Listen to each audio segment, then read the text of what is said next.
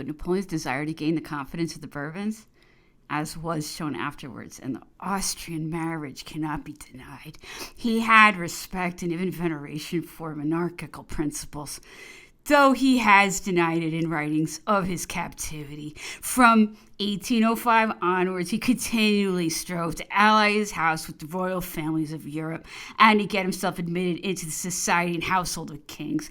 The times in which he lived, the education he had received, the influence exercised on his needy youth by the awful and beneficent monarchy, all concurred in determining him, when laying the foundations of a dynasty, to seek to establish it without usurpation.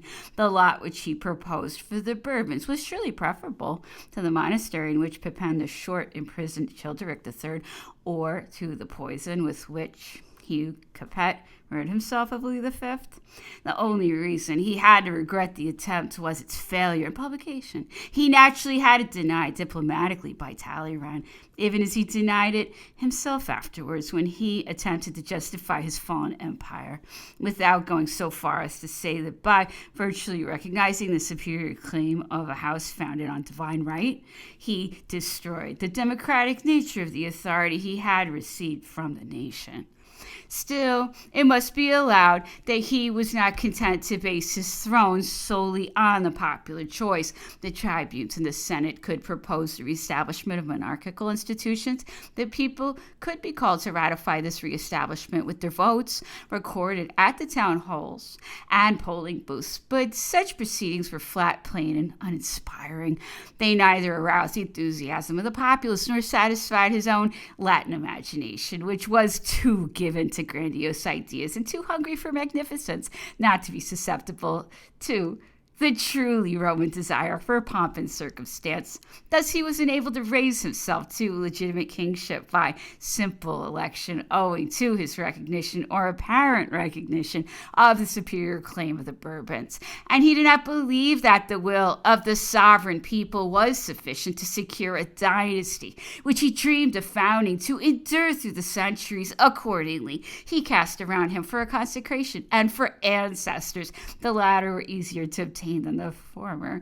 While secretly negotiating for the one, he busied himself in unearthing his long-lost forebears. Napoleon did not indeed fall into the same absurdity as his brothers in their eagerness to discover their princely descent. Though unable to trace his own lineage to the Carlovingians, he yet restored the cult of Charlemagne and paid honor to his memory.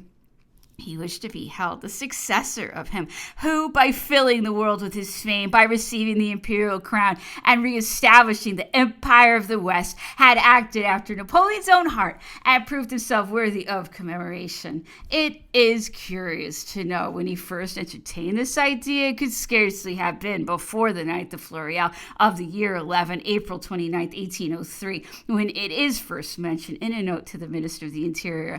The minister is to drop a plan for the erection of a statue of Charlemagne on the Place de la Concorde, or on the place called Vendôme.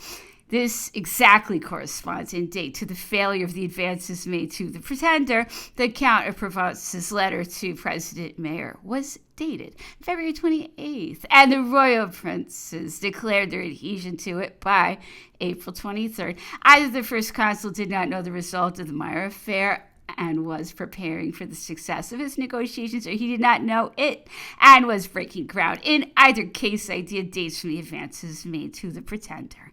On the failure of these advances, Bonaparte relied more than ever on Charlemagne. This was proved by a solemn decree on the 8th of Vendémiaire of the year October 1st, 1803. A column is to be erected in Paris in the middle of the Place Vendôme, like that of Trajan.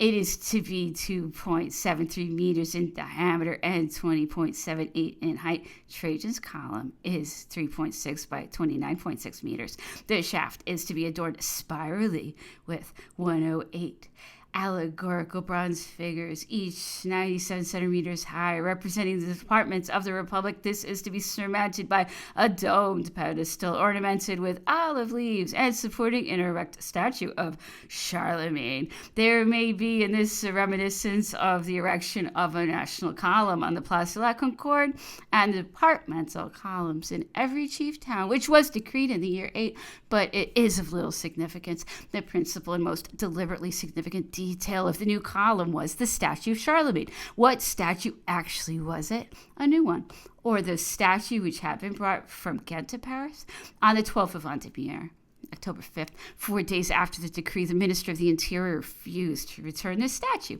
which had been demanded by Coutkin, the mayor, to the city of Ghent. Since a use has been found for the statue of Charlemagne, he wrote, it is impossible to return it to Ghent.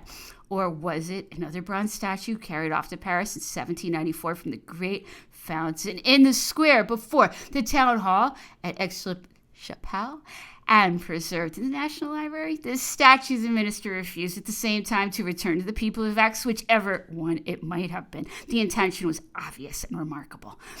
Napoleon intended to claim Charlemagne as his ancestor. He was perhaps first drawn towards that monarch in his youth by the legendary tales of which Lucien sang in his Surname. He certainly applied many passages of the Abbé of Manly's observations on the history of France, which he had studied at Auxonne, to his own destiny, so that they seemed almost prophetic. This was the fountainhead of his ideas, but he engaged someone, probably Fontaine, to supply details, suggest parallels, and furnish hints, usually incorrect, long before the passing of the Senatus Consultum at St. Cloud, by which the people had been summoned to vote upon the question of a hereditary government. Napoleon had pondered in his mind over most of the titles and outward dignities with which he intended to load and invest himself. Here, too, the fascination of Charlemagne is beyond dispute.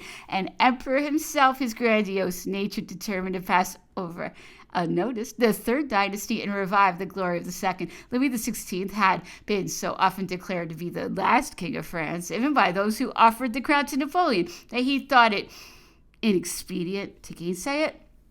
The Republic, as maintained by the Senatus Consultum, was very willing to merge its name into that of the Empire, except upon the coinage.